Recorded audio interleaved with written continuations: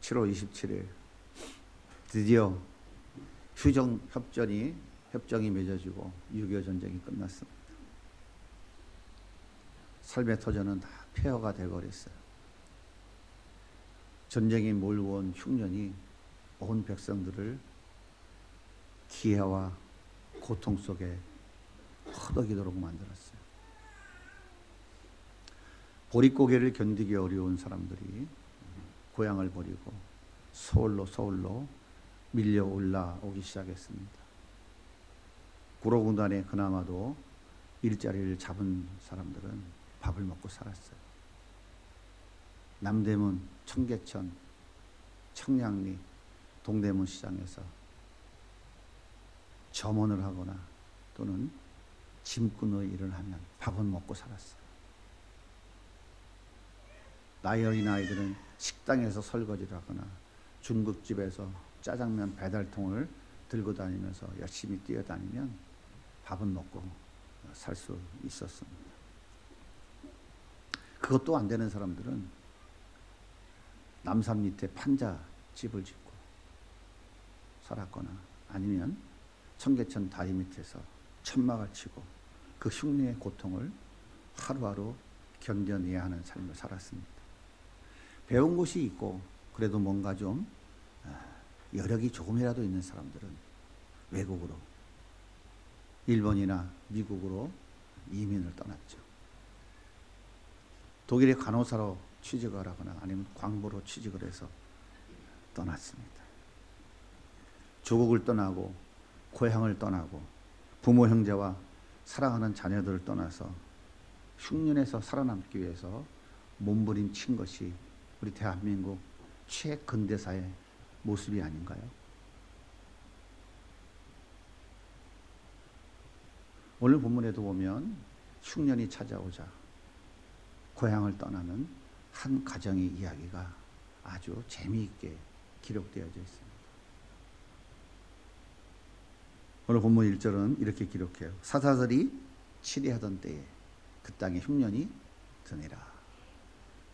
유다 베들레헴의 한 사람이 그의 아내와 두 아들을 데리고 모압 지방에 가서 거류하였는데 그 사람의 이름은 엘리멜렉이요 그의 아내의 이름은 나홈이요 그의 두 아들의 이름은 말론과 기련이니 유다 베들레헴 에브랏 사람이었더라. 그들이 모압 지방에 들어가서 거기 살더니 흉년이 찾아왔는데 그 흉년이 찾아온 때는 사사들이 치리하던 때라 그렇게 말해요. 사사들이 치리하던 때는 도대체 어떤 때였을까요?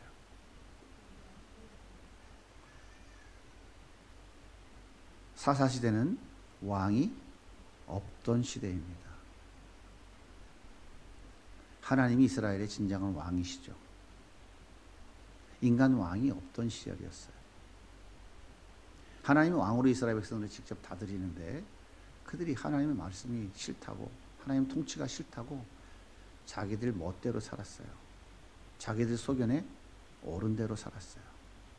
그때 하나님께서 돌아오라고 징계하셨고 그들이 회개하면 하나님께서 사사를 보내셔서 그 사사를 통해서 그들을 그 어려운 가운데 건져주시고 회복시켜 주셨습니다. 그런 사사 시대가 바로 하나님의 말씀이 없던 시절. 백성들이 자기 소견에 옳은 대로 살아가던 그런 시절이었습니다. 바로 룻기서 바로 앞에 기록되어 있는 책 사사기의 가장 마지막 절은 이렇게 기록하고 끝납니다. 사사기 21장 25절 같이 읽어볼까요? 그때에 이스라엘에게 왕이 없었으므로 사람이 각기 소견에 옳은 대로 행하였더라. 한마디로 말하면 하나님 말씀을 선지자같이 버리고 자기 소견에 옳은 대로 자기 생각이 옳다고 판단하는 대로 살아가던 그때였습니다. 하나님은 430년 동안 애굽에 종살이하던 이스라엘 백성들을 구원해 주셨어요. 그리고 젖과 꿀이 흐르는 가나안 땅을 주시면서 이렇게 말씀하셨어요.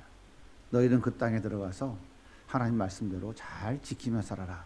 그리하면 들어가도 복을 받고 나가도 복을 받는 복된 삶을 살게 될 것이다. 그러나 너희들이 만약 하나님 말씀에 불순종하면 들어가도 저주받고 나가도 저주받고 고통스러운 삶을 살게 될 것이다. 그렇게 말씀하셨어요. 구원의 감격에 충만했던 이스라엘 백성들은 하나님 말씀대로 살아가겠다고 다짐하고 또 다짐했어요. 그런데 막상 가나안 땅에 들어가 보니까 너무나 매력적인 신이 기다리고 있었어요. 그 신의 이름은 여러분도 잘 아는 바알과 아세라 신이었습니다. 바알은 비를 내려주는 남성신, 아세라는 자식을 많이 낳게 해주는 여성신이었습니다. 비가 오지 않는 중동 땅에서 농사를 잘 지으려면 반드시 풍부한 물이 있어야 돼요. 그리고 농사 지으려면 또한 풍부한 노동력이 있어야 됩니다. 부자가 되기 위해서 가장 필요한 두 가지 요소가 바로 물과 노동력인데 이 바알과 아세라가 이 두 가지를 다 채워준다니까 얼마나 매력이 있겠습니까?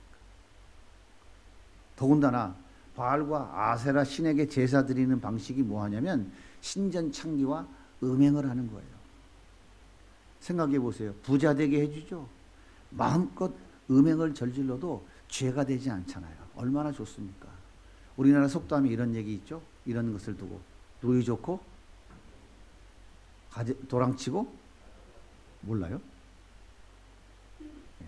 마당 쓸고 동전 죽고.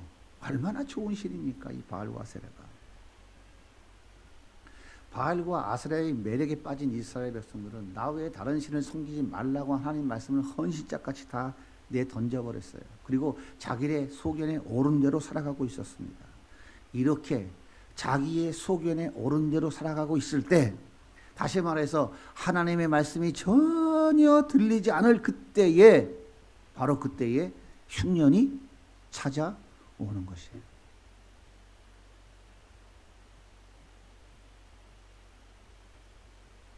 오늘 유다 베들레헴 땅, 에브라스 사람들이 살아가고 있는 이 땅에 흉년이 찾아온 것은 어느 때였냐면 사다들이 통치하던 때, 즉 자기들의 소견에 옳은 대로 살아갈 때, 하나님의 말씀이 전혀 들리지 않을 때, 그때에 그 땅에 엄청난 흉년이 찾아왔다라고 하는 거예요.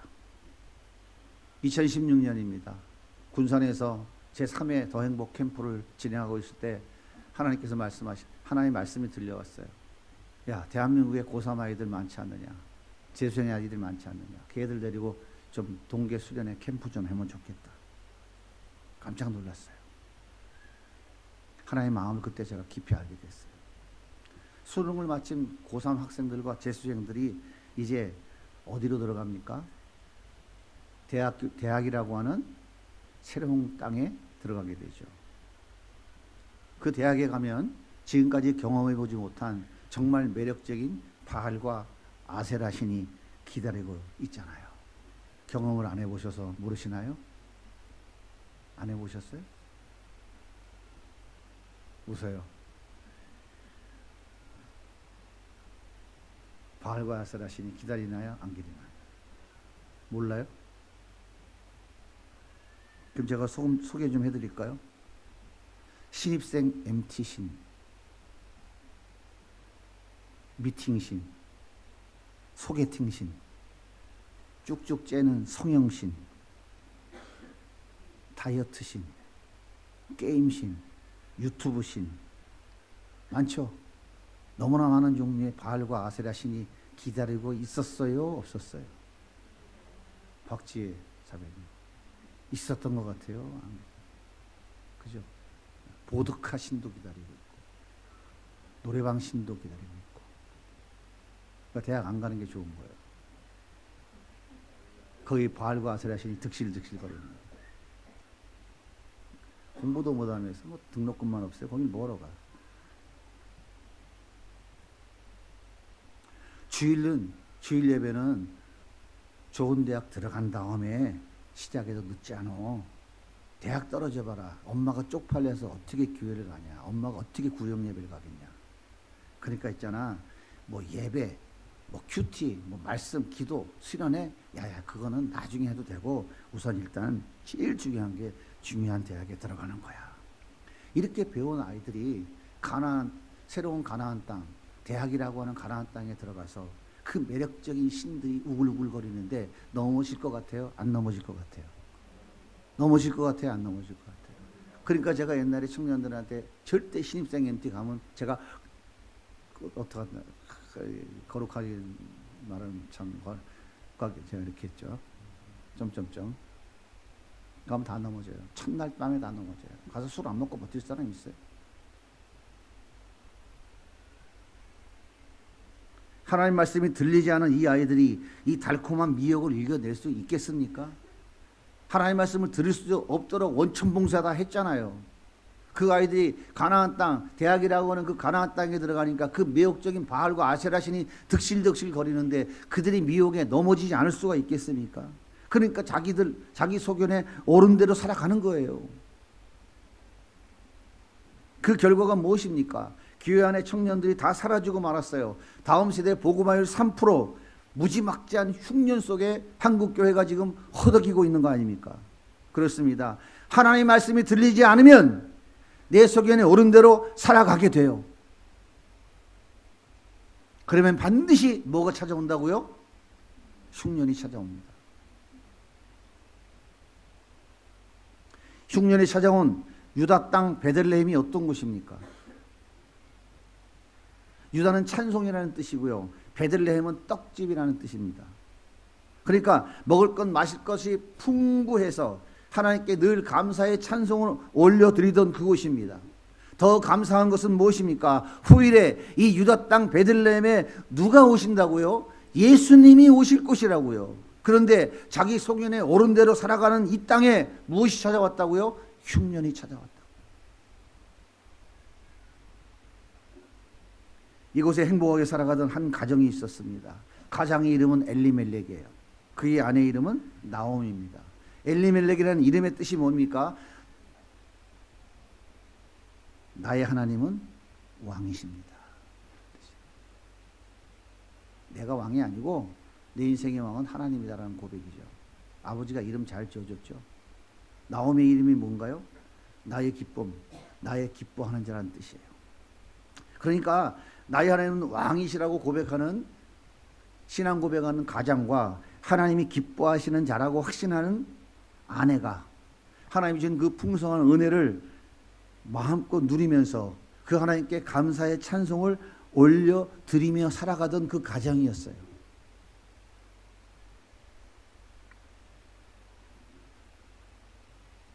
그런데요, 나오미는 왜 이곳에 흉년이 찾아왔는지, 그 어떤 의미가 있는지 전혀 관심이 없었어요. 이 흉년 속에서 어떻게 살아남을 수 있는지 그것만이 나오미의 가장 큰 관심사였어요. 그런데 이 엘리멜과 나오미 사이에 아들이 둘이 있었어요. 아들의 이름이 뭐라고요? 말련과 기련이라고 그래요. 근데 참 재미있어요. 말련이라는 말의 이름의 뜻은 병약한 자라는 뜻이에요. 기련은 뭐냐면 약한 자 또는 낭비라는 뜻을 가진 거예요. 그러니까 이름이 별로 좋아요, 안 좋아요? 이름을 딱 보니까 이 두 아들이 좀 어떤 것 같아요?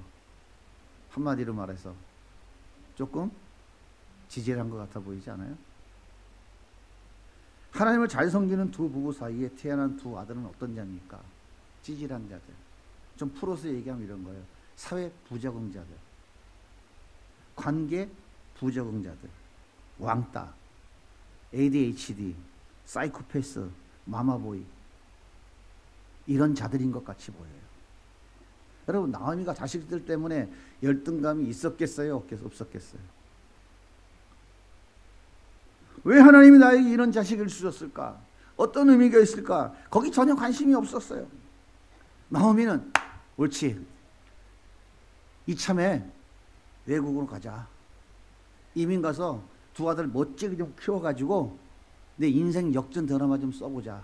나도 친구들 엄마 모임에 나가지고 우리 아들이 옥스퍼드 박사학위 받았는데 좀 뽀겨보자. 이 마음이 들었겠어요? 안 들었겠어요? 그래서 그래서 나오미는 모압으로 이주해 갈 것을 결정했어요. 자, 이민 가려면 비행기표 사야 되죠. 가서 거주할 집도 구해야 되죠. 유학비가 많이 들어요? 조금 들어요? 많이 들잖아요. 그럼에도 불구하고 나미가 이민을 결정했다는 것은 뭘 얘기하는 거예요? 흉년들은 그 베들레헴 땅에서 그래도 먹고 살 만한 여력이 좀 있는 사람이었다라는 건 아니겠어요? 하나님 말씀이 들리지 않았던 이 나오미, 자기 소견에 옳은 대로 결정한 나오미는 미련 없이 모압으로 떠나버렸어요.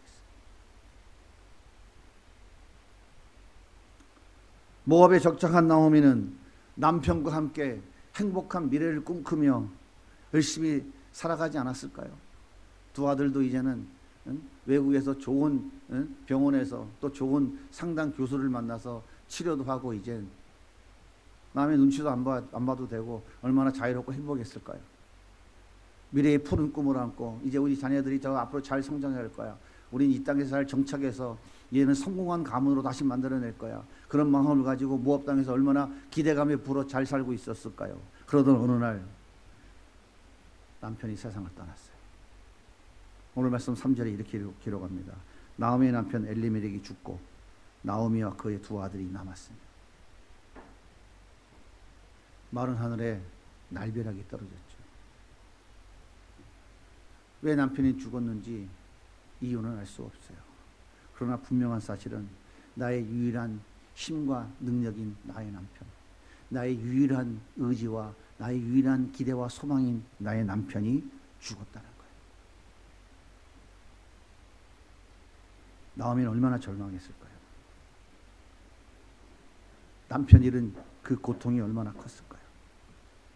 그런데 나오미는 이 엄청난 흉년이 나에게 다시 찾아왔음에도 불구하고 왜 내 인생에 이런 흉년이 또 찾아왔을까? 왜 내 인생에 이 고난이 또 찾아왔을까? 전혀 고민한 흔적이 보이지 않아요. 전혀 고민한 흔적이 보이지 않아요. 남아있는 두 아들을 바라보며 그래, 저 자식들을 위해서 내가 힘을 내야지. 저 자식들 성경시켜야 되잖아. 그래, 나오미야, 너는 정신줄 놓으면 안 된다. 너 힘내야 돼. 이렇게 스스로를 위로하고 스스로를 다잡으면서 남아있는 두 아들을 바라보며 가던 길을 계속할 수밖에 없었던 것이죠. 시간이 흘러 두 아들이 모압의 동망이 있는 가문의 자매와 결혼을 했어요. 그 나오미는 두 명의 며느리를 얻게 됐습니다. 여러분, 이렇게 생각하면 쉬워요. 동남아에서 어떤 사람이 여기 먹고 살기 위해서 왔어요. 근데 그 집에 두 아들을 잘 키웠어요. 잘 키웠어요. 그런데 그래서 서울에서 좀 알아주는 인서울 대학 졸업하고 그래도 좋은 직장에 다니는 그 자매와 한국인 현지 자매와 결혼을 했어. 결혼 시킬 것 같아요? 안 시킬 것 같아요? 예? 여러분이 그렇게 여러분 딸이라면 시키겠어요? 안 시키겠어요? 아, 남편이 베트남 사람이요, 캄보디아 사람인데 시킬 것 같아요? 안 시킬 것 같아요? 걸어간 척 하지 말고 쉽게 대답하세요. 시킬 것 같아요? 안 시킬 것 같아요? 그럼 만약 시켰다 그러면 왜 시켰을 것 같아요? 믿음이 좋아서? 거짓말 하지 말고. 이 사람이 외국 사람이긴 하지만 와, 하버드 박사 학위도 있고 정말 탁월한 사람이야. 외국인이면 어때? 그래도 우리 딸한테 정말 좋은 신랑감이 될 수 있을 것 같아. 그러면 결혼시킬 것 같아요? 안 시킬 것 같아요? 지금 그 일을 이야기하는 거예요, 성경이. 그 얘기하고 있다고요, 지금. 그러니까 두 아들을 잘 훌륭하게 잘 키웠다는 거예요, 못 키웠다는 거예요? 잘 키웠다는 거예요. 잘 키워서 지금 모압에 그래도 덕망이 있고 가문 있는 그런 그 규수와 지금 결혼을 시킨 거예요, 지금. 둘 다. 성공했나요? 성공 안 했나요? 성공한 것이죠. 그동안 10년 동안 남편도 잃었고 정말 힘들었지만 그래, 내가 모압으로 이주한 것은 잘한 결정이었어. 맞아. 말년과 기련, 저 찌질한 놈들, 만약 아직도 저 고향 땅에 있었으면 얘들은 애들한테 맨날 왕따 당하고 옆구리 치이면서 정말 비참한 인생 살았을 텐데, 이렇게 이민 와가지고 제대로 교육, 좋은 환경에서 교육해서 이 아이들 잘 성공했어. 그래, 나의 선택은 정말 잘한 거야. 얼마나 큰 위로가 됐을까요? 그랬을 것 같아요? 안 그랬을 것 같아요? 그 반응이 없어요. 근데 너무 은혜가 돼서 눈물이 나서 그래요? 어쩌면 꼭 내 얘기를 하고 있는 것 같아서 그러신가요? 그런데요, 이런 유래의 시간도 얼마 지나지 않았어요. 어찌된 영문인지 모르지만 어느 날 두 아들이 다 죽고 말았습니다. 오늘 말씀 5절은 이렇게 얘기해요. 말년과 기련 두 사람이 다 죽고 그 여인은 두 아들과 남편의 뒤에 남았더라. 두 아들이 왜 죽었는지 성경은 그 이유를 설명하고 있지 않아요. 그러나 분명한 것은 두 아들이 다 죽었다는 사실이에요. 남편이 죽으면 땅에 묻을 수 있지만 자식이 죽으면 어떻게 해요? 땅에 묻어요? 엄마가 가슴에 묻어야 돼요. 가슴에 묻어야 돼요. 죽도록 그 고통이 얼마나 심하겠냐고요. 남편이 죽으면 스트레스 지수가 몇 %까지 올라간다고요? 예? 남편 죽으면 70%밖에 안 올라가요. 근데 자식이 죽으면 스트레스 지수가 100%로 올라가는 거예요. 스트레스 지수가 가장 높은 게 바로 자식이 죽은 거예요. 이 엄마의 마음이 얼마나 고통스러웠겠어요. 이 엄마의 마음이 얼마나 처절했겠어요. 자, 이제 나오미에게 남아있는 것이 뭐죠? 예? 뭐 남아있어요? 둘 다 뭐예요? 둘 다 뭐예요 지금? 둘 다 뭐예요? 예? 둘 다 뭐예요? 예? 며느리인데 이 며느리가 신분이 뭐예요? 과부잖아, 과부. 남아있는 건 뭐밖에 없어? 과부 딱지밖에 없는 거예요. 과부 딱지. 그렇게 소원했던 행복은 어디로 다 사라져 버렸어요. 어디로 다 사라져 버렸단 말입니까? 이것이 자기 속인에 옳은 대로 살았던 나오미의 10년 후의 모습을 오늘 성경이 우리에게 가르쳐 주고 있는 거예요. 사랑하는 여러분, 여러분 인생에는 이런 흉년이 없었습니까? 나오미에게 가장 먼저 닥친 흉년은 먹을 것이 없는 것, 배고픔이었어요. 그리고 두 번째 찾아온 흉년은 하늘같이 믿었던 남편이 어느 날 갑자기 죽어버린 것입니다. 그리고 세 번째 닥쳐온 흉년은 생떼 같은 두 아들이 죽어버린 거예요. 이런 흉년이 여러분 인생에 찾아왔을 때 여러분은 어떻게 반응하셨습니까? 하나님 어떻게 나에게 이룰 수 있을까요? 하나님 나를 사랑하신다면요. 그런데 어떻게 나에게 이룰 수 있어요? 울며 불며 땅을 치고 통곡하며 하나님을 원망하셨습니까? 아니면 모든 것이 은혜 한없는 은혜 내 삶에 당연한 것 하나도 모든 것이 은혜였소 이렇게 찬송하셨습니까?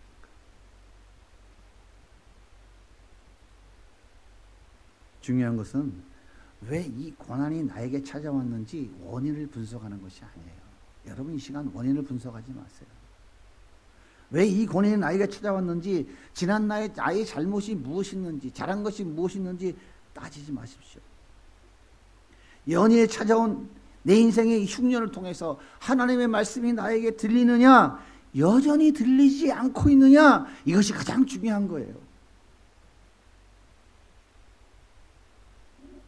내 인생에 찾아온 흉년을 통해서 하나님 말씀이 들리기 시작하면 그것은 저주가 아니라 축복입니다. 그 흉년은 나를 사랑하신 하나님의 러브레터예요. 러브레터. 사랑의 편지. 내 인생에 찾아온 흉년을 통해 하나님 말씀이 들려오면 그 말씀이 내 앞에 닥친 흉년의 아픔과 고통을 해석해 줍니다. 내 인생에 찾아온 이해할 수 없었던 그 사건들을 정확히 해석해 줘요. 그러면 절망이 희망으로 바뀝니다. 원망과 저주가 감사의 찬송으로 바뀝니다. 아픔과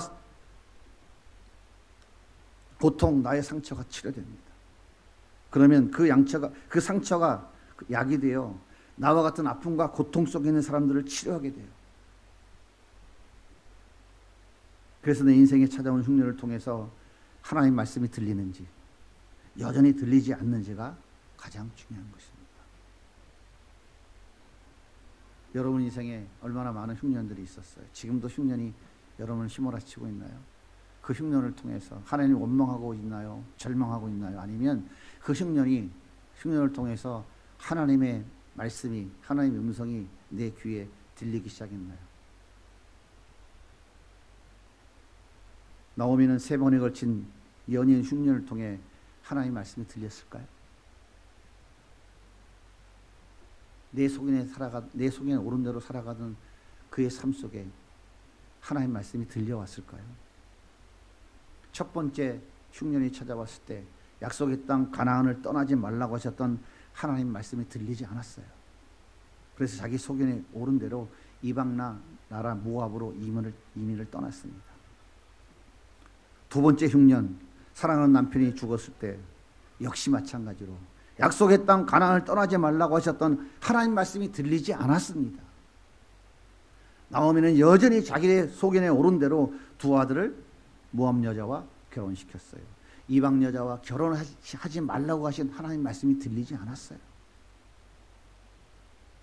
그리고 세 번째 흉년이 찾아왔습니다. 두 아들이 죽었어요.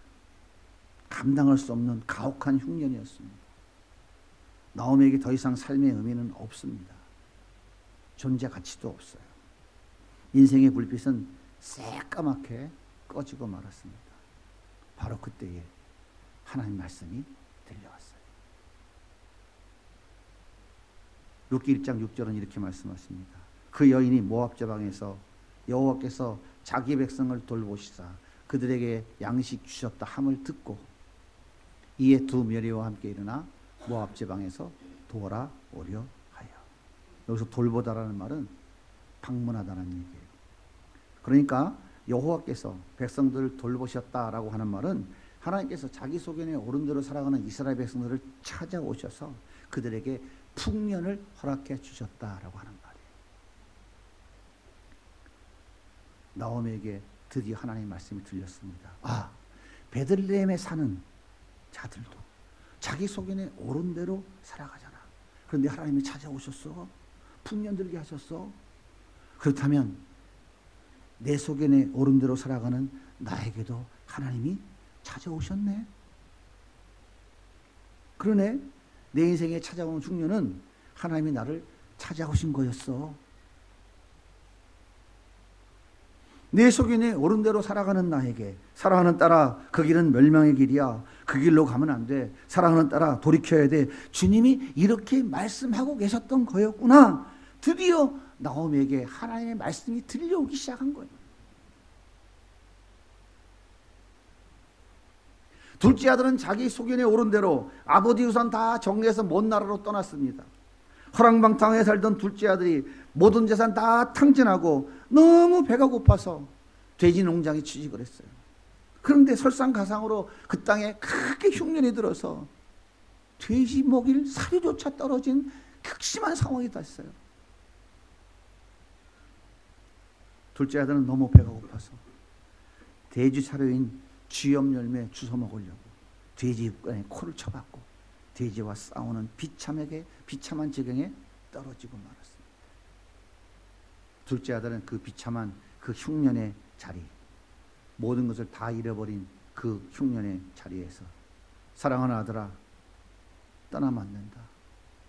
아버지를 떠나는 것은 모든 것을 다 잃는 거야. 떠나지 말거라. 그렇게 말씀하셨던 아버지의 말씀이 들려오기 시작했어요. 사랑하는 성도 여러분, 여러분 인생에 얼마나 많은 흉년이 있었습니까?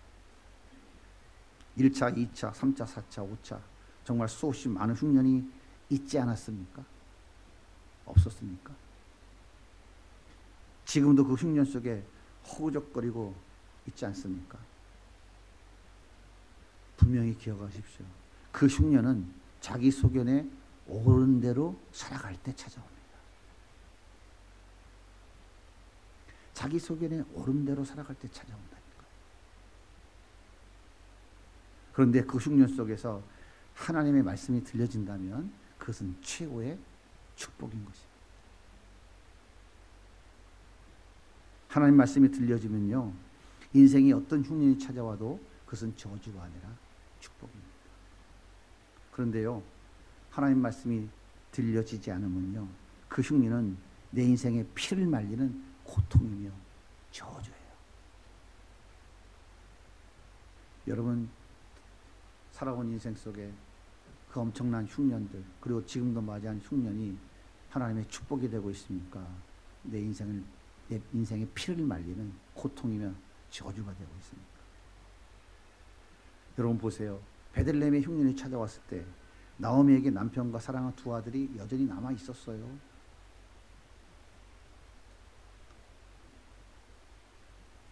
그때 하나님 말씀이 들려졌으면 얼마나 좋았을까요? 하나님 말씀이 들리지 않으니까 모압으로 떠나갔어요. 모압으로 이주했을 때 남편이 죽었어요. 그때도 두 아들은 남아 있었습니다. 이때 하나님 말씀이 들려졌으면 얼마나 좋았을까요? 그러면 두 아들과 다시 돌아올 수 있는 기회가 남아 있었잖아요. 그런데 지금은 어떻습니까? 두 아들마저 다 죽어버렸어요. 남은 것은 아무것도 없어요. 남은 것이 무엇입니까? 아무런 능력도 없고 소망도 없고 감당할 길 없는 과부 3명입니다. 과부도 그냥 과부가 아니잖아요. 쌍과부도 아니고 세과부, 쓰리과부. 한번 생각해 보세요. 목사님, 요즘은 저기 식당 가서 일해도 돼요. 여자들이 돈 더 잘 벌어요. 고대 근동에서 여자는 사람 숫자도 안 셨어요. 그 물건이었다고 물건 어떻게 먹고 살아요? 인간 취급도 못하는 악법반입니다.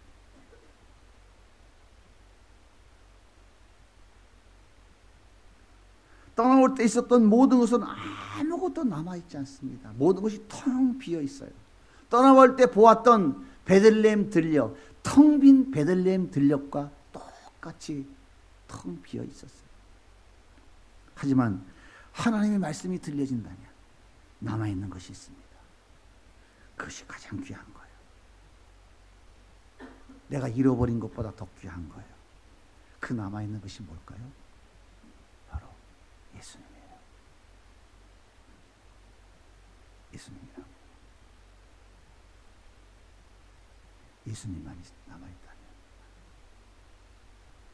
세상의 모든 것이 다 없다 할지라도 세상에 없는 모든 것을 다 가진 거예요.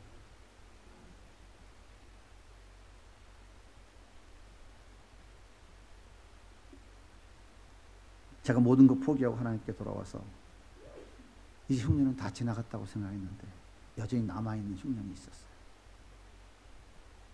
재산 다 빼앗기고 노숙자가 됐어요. 한푼없는 거지 노숙자. 작은 아들은 교회 노숙자, 큰 아들은 군대 노숙자. 온 가족이 다 노숙자였어요. 저 이때 하나님 말씀이 진짜 들려오기 시작했어요. 먹을 것이 없어서 기도원에 올라가서 금식을 시작했어요. 19일차 되던 날 아침 일어나다 3번 쓰러졌어요. 3번 주저앉았어요. 그때 제가 깨달은 것은 뭐냐면 인간이란 참 연약한 존재구나. 난 내가 뭐든지 할 수 있다고 생각하며 살았는데 내가 할 수 있는 것이 아무것도 없는 가장 연약한 존재가 나였구나. 하나님이 하고 풀면 인생은 끝나는 거구나. 저는 그때 깨달았어요. 인간이 연약함이 얼마나 허무한 존재인가. 그때 깨달았어요. 난 불가능이 없다고 하는 생각으로 살아왔어요. 뭐든지 할 수 있다고. 이렇게 농담으로 얘기했어요. 대한민국에서 사람 죽인 것 외에는 들어가는 구멍, 한 구멍, 나오는 구멍, 7구멍. 전 그렇게 생각하며 살았어요. 돈과 힘과 권력이 얼마나 대단한 것인지 전 많이 경험하고 살았어요. 이때 하나님의 음성이 들렸어요. 그럼 네가 할 수 있겠니? 전 할 수 없었어요. 죽음이라는 것을 제가 직면하는 순간 내가 할 수 있는 게 아무것도 없다는 것을 그때 깨달았어요. 하나님께서 그래도 네가 할 수 있겠니? 그때 하나님 음성이 들렸어요. 그때 들렸어요. 하나님 말씀이. 저는 할 수 없습니다. 내가 할 수 있는 것은 없습니다. 그렇게 고백했어요. 이때부터 제가 하나님께 말씀했어요. 무조건 순종하겠습니다. 순종을 다짐하고 고백했어요. 이때부터 나는 죽고 예수로 사는 삶을 비로소 시작하게 되었어요. 여러분의 인생에 어떤 흉년이 찾아왔습니까? 그 흉년으로 인해 하나님 말씀이 들려오기 시작했습니까? 그렇다면 다 없어졌다 해도 가장 귀한 것이 남아 있습니다. 그분이 바로 예수님이에요.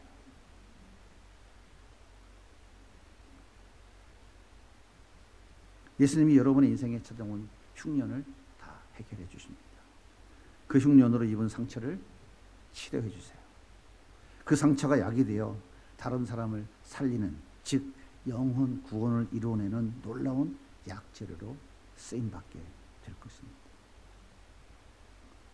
나오미에게 남아있는 것은 과부 딱지밖에 없었어요. 두 과부밖에 없었어요. 그 두 과부 중에 한 과부는 자기 길로 가버려요. 한 과부가 남습니다. 그 남은 과부를 통해서 하나님의 놀라운 계획이 이루어져 가요. 그것이 무엇입니까? 우리의 영혼의 그 흉년을 치료해 주실 예수 그리스도를 이 땅에 보낼 통로로 하나님이 남겨놓으신 거예요.